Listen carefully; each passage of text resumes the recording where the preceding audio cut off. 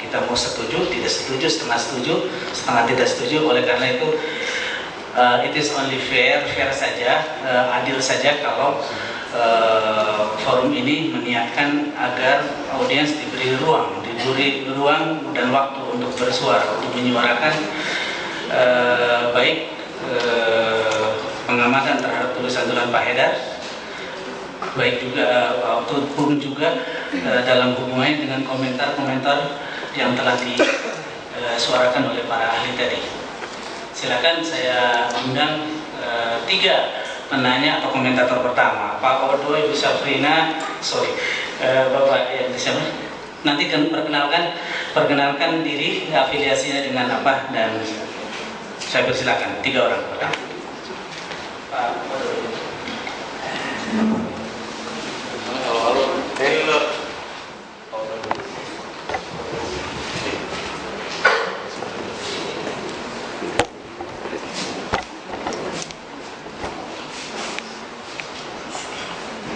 I would like to ask Professor Holtz.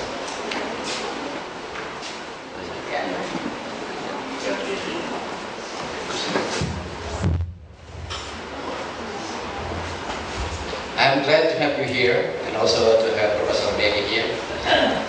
Suppose I were an American that would read those phrases. I agree if Professor Denny would say Islam, culture and education. Since this book would go international, would you agree if the phrase is reversed, become education, culture and Islam? Why? Because in my opinion, viewed from semantics, I would like to say that this is simpler than that. Yeah? This is simpler than those. The same is true. Education is disputable. Yeah? Easy to discuss for people. Then culture is more rooted to people. And the last one, Islam, is more fixed and cannot be debated at all. Yeah? Especially when we refer to the Holy Quran. So, sir, I would like to ask you personally, suppose I were an American professor, would you reverse the topic? Thank you very much. Apunten Pak Denny.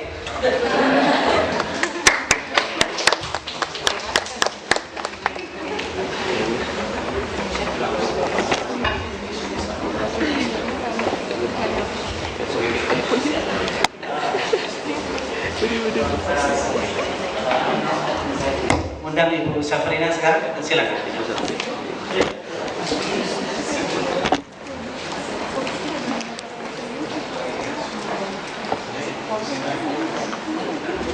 Assalamualaikum warahmatullahi wabarakatuh. Membaca buku Pak Haidar selalu membuat saya gelisah, Bapak memang menggelisahkan. Tetapi juga dalam kesempatan ini saya tidak tahu mau mengatakan apa, tapi sebetulnya saya mungkin ingin menambahkan kegelisahan kepada Pak Dedi dan kepada Pak Haidar juga setelah tadi mendengar lontaran-lontaran yang diungkapkan oleh Pak Dedi tentang betapa mengkhawatirkannya budaya kita ini.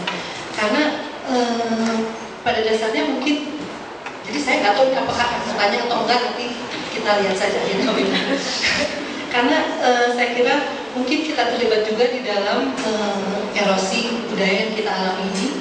Karena pertama saya guru bahasa Inggris, dan setelah sekian lama mengajar bahasa Inggris, saya merasa ada perasaan bersalah ketika mahasiswa-mahasiswa saya sangat, terutama bertambah lama, bertambah kesini, mereka itu sangat pede dalam berbicara, tetapi sangat abai dalam memperhatikan detail. Jadi dan kadang-kadang mereka juga tidak peduli kalau mereka salah, pokoknya orang sudah mengerti saja.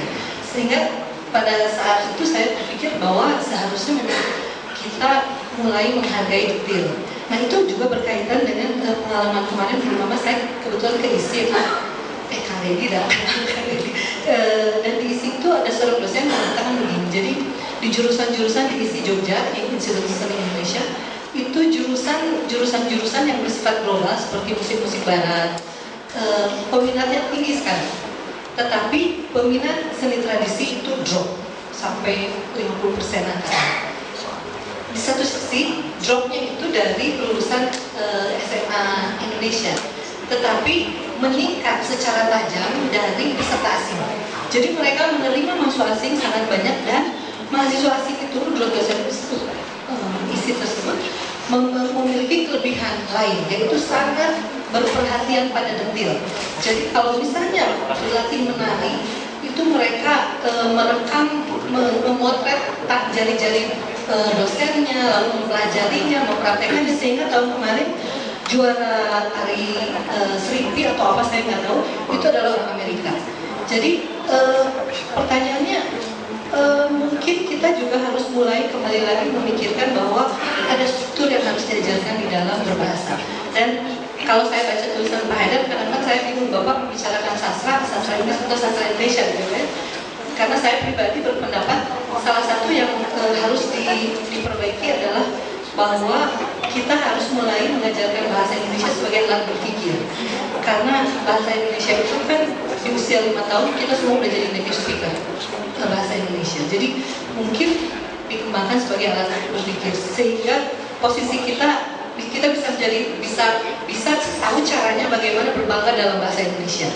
Soalnya sekarang kadang-kadang saya sedih sekali ketika mahasiswa S1, S2 itu melakukan hal yang salah, lalu argumennya begini, misalnya mereka selalu mengatakan they speak bahasa. Saya sebetulnya sangat tersinggung dengan sikap orang Australia yang tidak peduli, atau orang Malaysia yang mengatakan bahasa, bukannya bahasa Indonesia. Jadi Indonesia sebagai identitas dihilangkan saja gitu ya. Dan mahasiswa itu tiba-tiba ketika saya mengatakan, kenapa kamu tidak menyebut bahasa Indonesia? Orang Australia juga ngomongnya gitu, Bu. Go to hell in Australia, saya bilang gitu ya. punya apa arti dalam berbahasa. Jadi saya melihat mungkin karena kita begitu hibrid, begitu terbanjiri oleh informasi global, kita juga harus memposisikan diri dekat dengan keglobalan, sehingga anak-anak itu, mahasiswa itu, kita juga, saya juga lebih bangga kalau kita dekat dengan dunia global. Dan bagi kita, kelokalan menjadi sesuatu yang marginal, sesuatu yang tersisihkan. Dan saya, satu hal lagi, kebetulan saya dan teman-teman di jurusan bahasa Inggris melakukan penelitian pada buku yang ditulis oleh anak-anak, untuk anak-anak. Jadi buku kecil-kecil punya karya. Itu menakutkan. Kenapa menakutkan? Karena buku itu betul-betul menjual middle class values, nilai-nilai kelas menengah. Kemudian menjual budaya konsumen. Jadi anak-anak itu misalnya tidak mengatakan besok kamu dijemput sama supir saya, tapi supir saya akan dijemput pakai BMW. Misalnya. Kemudian misalnya hal-hal kecil, nama itu semuanya nama, judul berbahasa Inggris, kalimat banyak berbahasa Inggris dan banyak yang salah. Hal-hal seperti itu, dan yang membuat saya khawatir juga, buku seperti itu dibeli oleh SD. Artinya guru-guru nggak membaca apa sih yang ada di dalam buku-buku tersebut. Jadi ketika kita ada di dalam dunia yang begitu rawan seperti ini, kita melihat bahwa kita juga sebagai konsumen sangat tidak berdaya. Kita tidak memperhatikan apa yang kita beli, kita tidak memperhatikan apa yang kita jual, dan kita jual juga. Kemudian kita tidak memperhatikan betapa mungkin sudah saatnya kita kembali memperhatikan bahwa grammar itu penting misalnya, untuk supaya bisa mengeksploitasi bahasa untuk kepentingan kita sendiri. Dan itu seperti saya katakan, saya tadi tidak tahu mau mengatakan apa, hanya ingin berkomentar dan ingin curhat mungkin, karena dalam beberapa minggu ini banyak sekali pengalaman-pengalaman yang terkait dengan termarginalkannya, nah itu termarginalkan salah satu, mungkin tersisihkannya budaya Indonesia di dalam, dan budaya lokal di dalam percaturan budaya dunia, karena mungkin kita sendiri memang cenderung mengaitkan atau membutuhkan pengakuan dari eksistensi kita melalui kedekatan kita dengan budaya global. Itu ada. Assalamualaikum.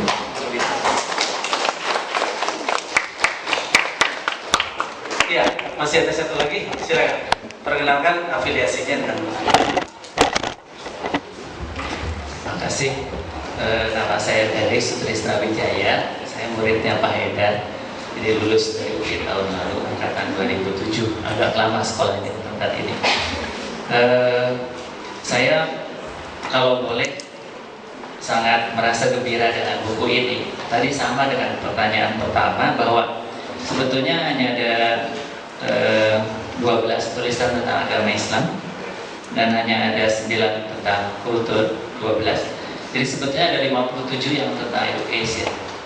Mengapa tidak judul education itu yang pertama? Saya sangat melihat bahwa Pak Haidar ini adalah pertama-tama adalah seorang pendidik.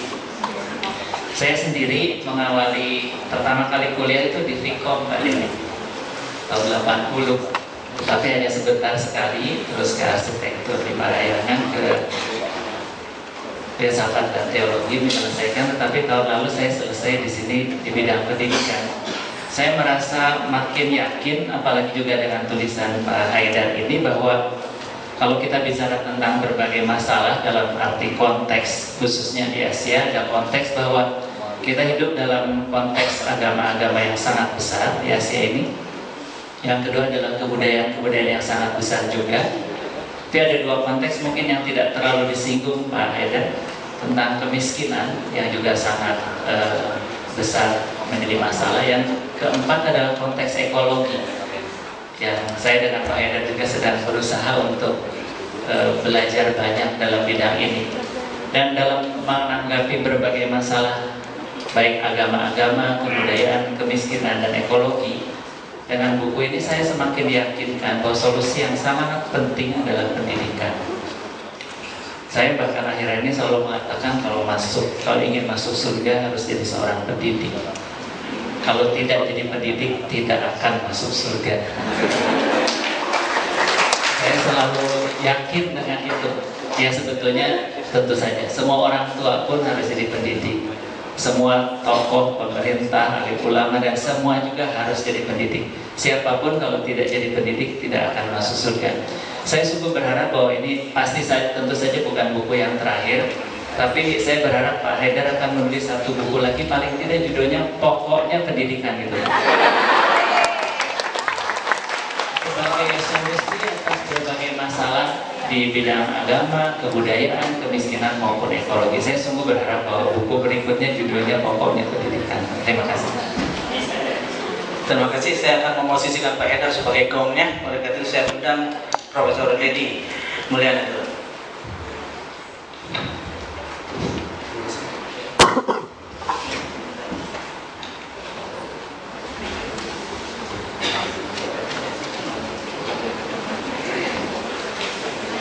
Saya mohon maaf minta duluan lagi karena saya harus pergi ini. Jadi waktu saya diundang oleh Pak Haidar tuh saya sudah bilang, Pak Haidar kayaknya saya sulit karena ada 2 pertemuan penting yang harus saya hadiri, tapi nama saya sudah tercatat di undangan. Jadi ya saya merelakan diri untuk pergi. Makanya dari saya minta lebih awal, khawatir saya harus segera pergi, tapi dengan kalau saya sudah menyampaikan pastinya tidak terlalu bersalah gitu. Saya ingin menjawab pertanyaan Munono. Saya kira begini jawabannya ya. Budaya kita itu kan masuk kalau dalam orasi antar budaya itu budaya konteks tinggi, high context culture, konteks tinggi. Mereka tidak mengatakan apa yang mereka maksudkan, tidak memaksudkan apa yang mereka katakan. They say what they mean, they do not mean what they say. Jadi banyak pesan maknanya itu terinternalisasikan, ada dalam konteks bahasa.